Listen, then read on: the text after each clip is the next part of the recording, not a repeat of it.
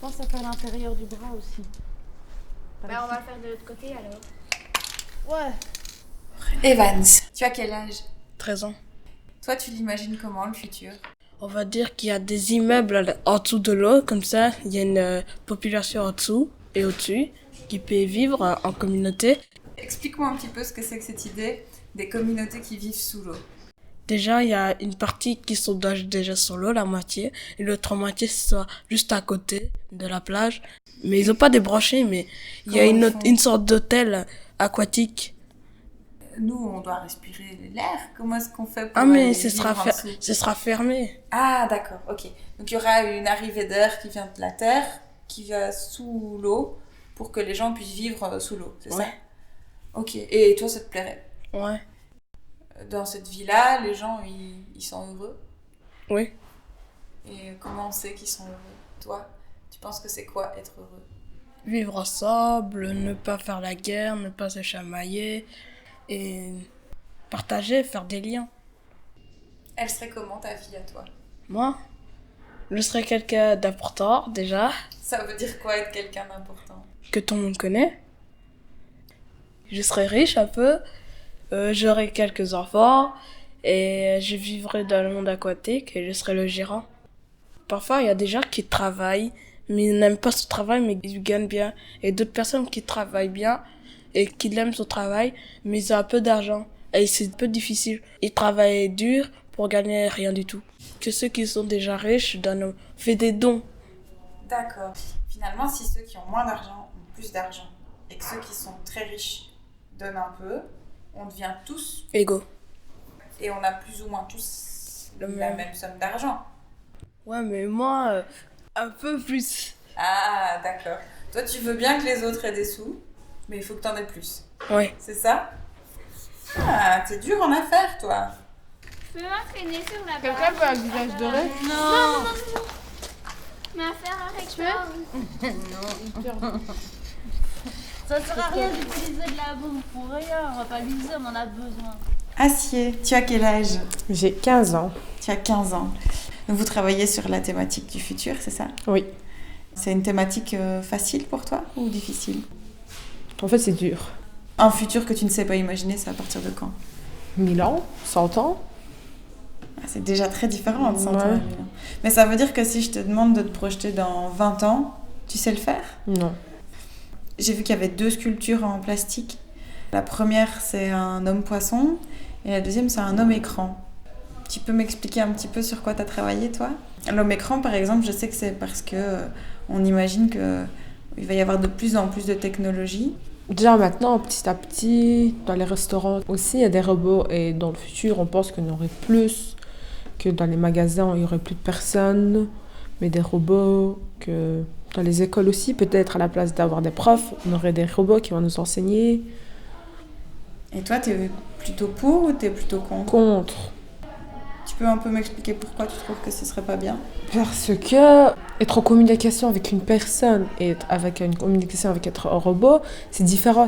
Un robot n'aura pas des sentiments comme une personne. Par exemple, raconter ses problèmes à un prof et raconter ses problèmes à un robot, ce serait pas la même chose. La personne pourra un petit peu nous comprendre, mais le robot, pas. S'il y a des profs qui sont robots, les gens dont le métier c'était d'être prof, ils deviennent quoi? Ah oui, il y a plus de chômage alors. Comment est-ce qu'on gère ça?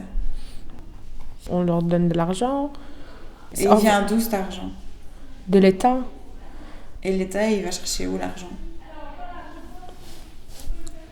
Ça, c'est une question compliquée. En fait, s'il y a plus de robots, les personnes ne pourront plus travailler. Ils n'auront plus leur argent. Par exemple, dans les usines, dans les magasins, il y a plus de robots que de caissiers ou de caissières. Vraiment. Mais les gens qui ont des robots, ils vont quand même gagner de l'argent sur les robots. Oui, ils vont gagner beaucoup plus d'argent que s'ils avaient des personnes physiques. Un patron doit payer, doit rémunérer son employé, doit donner de l'argent à l'État puisqu'il fait travailler. Mais un robot ne coûte pas autant. Ok, parce qu'on l'achète une fois? Oui, on l'achète une fois, mais ça coûte pas autant que quelqu'un, quoi. Donc ça veut dire qu'il y a d'un côté des gens qui perdraient leur job et de l'autre côté, il y aurait des patrons qui achètent des robots et donc ça leur coûte moins cher que d'avoir des employés. Oui. Donc dans le futur, en fait, ce que tu es en train de me dire, si je me trompe pas, c'est que les gens qui ont des métiers où on gagne pas beaucoup risquent d'avoir moins de sous Ouais.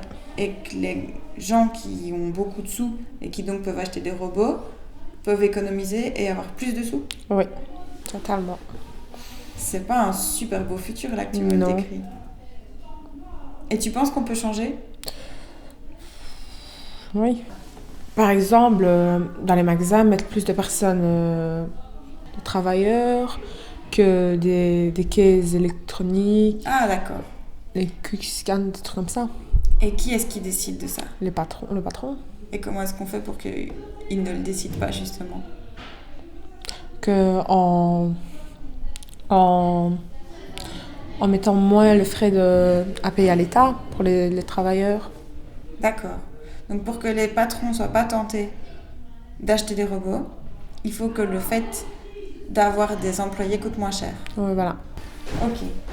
Et tu sais à quoi ça sert, toi, l'argent qui est pris pour Oui, l'État ? c'est distribué pour les...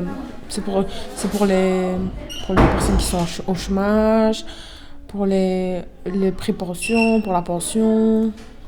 C'est pour les écoles, un peu de tout. C'est pour construire des nouvelles routes. Et si l'État a moins de sous, il va pouvoir moins bien payer les pensions, construire moins de routes. En fait, c'est difficile d'un côté pour le patron et difficile pour l'État aussi. Les robots, personnellement, si j'étais une patronne, j'aurais pris des robots et quelques personnes. Parce que ça m'aiderait moins cher avoir des robots que des personnes. Ouais. Mais ça veut dire qu'on réfléchit que en termes d'argent. Ouais, voilà.